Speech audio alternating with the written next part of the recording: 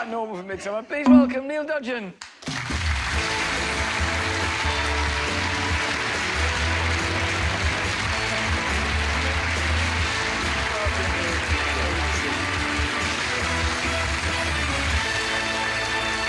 Neil, it does seem now as though he's got, and you got feet under the table now. The first series must have been tricky, really, taking over from John and making your mark. Did you feel, in a way, you were settling in? I didn't really. You know, people say to me, oh, you must have been... people who say, oh, John Nettles, big shoes to step into. And they are, of course. But I sort of felt like I could do it, otherwise I'd never have done it. And also, you know, I've been a fan of the show for many years, and it's a great show, and the only thing about it that's changed, really, is John leaving and me coming in. Obviously, Jason Hughes is still there. Same writers, directors, the same marvellous crew. You're no quicker at solving murders than he was. Well, we were hoping for somebody a bit sharper. Well, he never caught on until 3 had gone that there was anything untoward in the village at all. John Nettles! What? Well, we're rather expecting a bit more from you. You know, there's quite a lot of elderly people. There's accidents happen in the country, you know. 277? Lots of accidents, to be fair, yes, but it's... I think you're fudging DCI, but... No. Well, it keeps the turnover going, you see. If you keep people moving out, then it keeps house prices down. People can move into the country. It keeps it all moving. They are the most inventive killers of all in Midsomer. They've died by vintage claret, by bow and arrow, by poisoning, by hemlock, by... I mean, the list of ways they kill them is legion. Yes, you can't just knock somebody over the head in Midsomer. You've got... If you're going to kill somebody, you've got to do it in a really exotic and ludicrous way. Neil? Yes? I hate to break it to you, but, you know, it's not very realistic.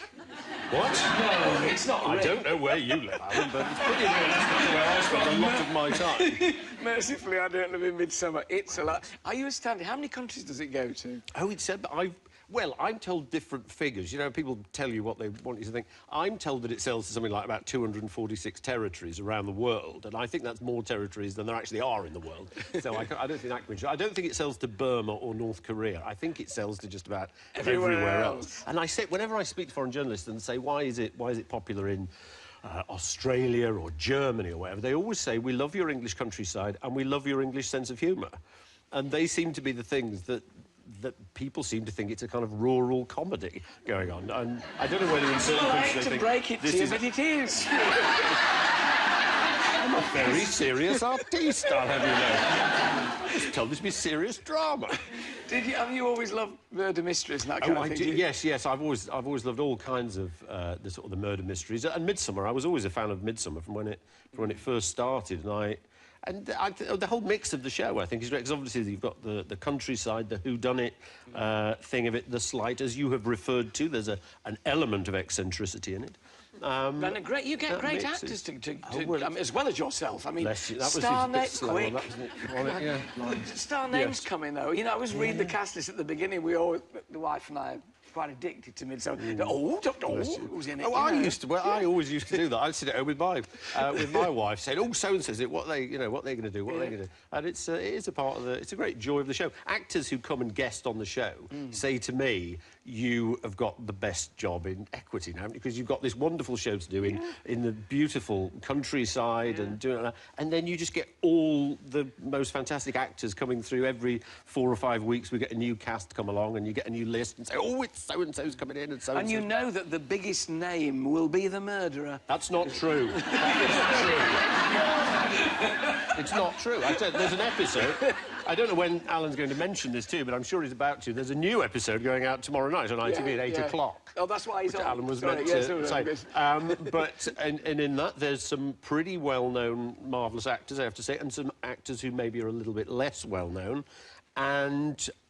It's not necessarily the most well-known who is responsible for the murders. Can I tell you that one series that you were in that I did love, and because like you, I'm a murder mystery fan, was the Mrs. Bradley mysteries with the wonderful Emma Peel, with Diana Rigg. With Diana Rigg. Beautifully shot and costumed and period with that lovely car you drove. Yes, that was always a bit of a bugbear of mine with the car, because for people who aren't familiar with it, I can't believe there's many. It was a sort of a mystery drama, Mrs. Bradley mysteries. You drove a vintage that was set in the 1920s, and I was Diana Rigg was a sleuth, and I was her chauffeur and sidekick, and I drove this huge, very old car.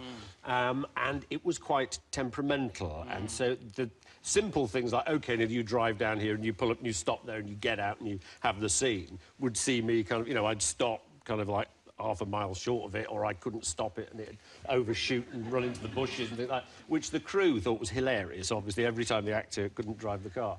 But it was a bit of a nightmare. Well, you've got another challenge in this one, because as well as working with old cars in that one, he's working with something else. Because in this series, you've probably noticed that DCI Barnaby has another mate that he works with. This little chap here, this little dog called Sykes. Dear Sykes. Quite an impressive CV, Sykes, having starred in numerous films and award-winning advert. Just take a look at this.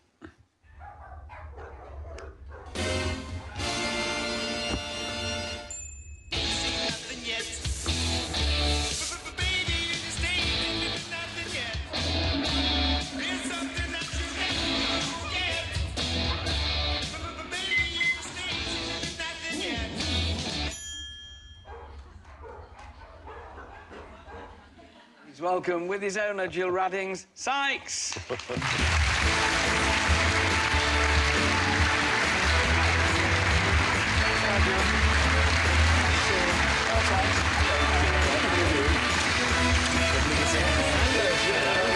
are you, little fella? Here you are, Dad's here. Hello, mate. How are you? Jill, tell us a bit about Sykes. How old is he?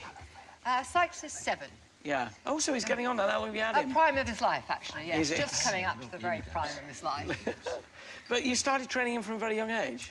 I got him, he's a rescue dog, like a lot of my dogs, Yeah. and I got him, he was about 7 months old, we think. He was obviously a real baby.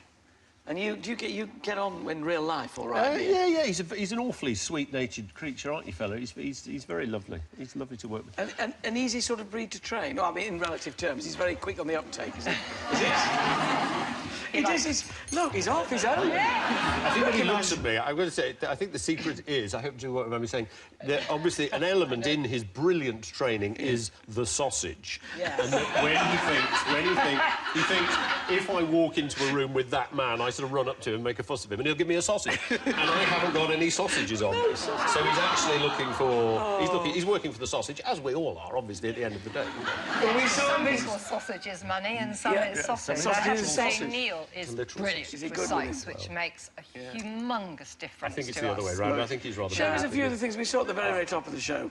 What he can do. Have you got one or two things he can do for us? Back up. Because you'd be off camera all the time, wouldn't you? Yes. Crawl. Oh, Lord. Circle. On your feet. Sykes, stand up. Good. I'm going to do a little circle. Sexy. Circle. Circle. Circle. Good. Circle. Good. Take a bow. And die. Flat. Flat. Head down. I think that will do. So, Neil, you now understand when we work with children and animals. He steals the show every time. He's joyous. He's marvellous. I must tell you that the first time I met Jill and Sykes, we'd been meeting some actors for the series, and they'd been reading scenes with me. And obviously, actors come in and it's a job interview, and they're a bit nervous. And sorry, can I do that again? Was that okay? Was that? Could I try it like And then Jill came in with Sykes and said, "Do you want to see what you can do?" And we said, "Yeah, okay." And she did a kind of a thing like that, where lie down, roll on your left, roll on your right, sit up, sit down, do a thing. Go and wee on the sofa, do all the... And you just but he did it all real... Wow, that's an audition. That's how you audition. And he got the part. But all the actors to as shame. did Neil. Very It's on brilliant. tomorrow night. Ladies and gentlemen, Neil Dodge and Jill Raddings and Sykes. Thank you all. What a star. That's all the time for today. Back tomorrow at 3 when we have feast for Mary Berry, Lee Mead, Peter Andre, and a mother and baby photography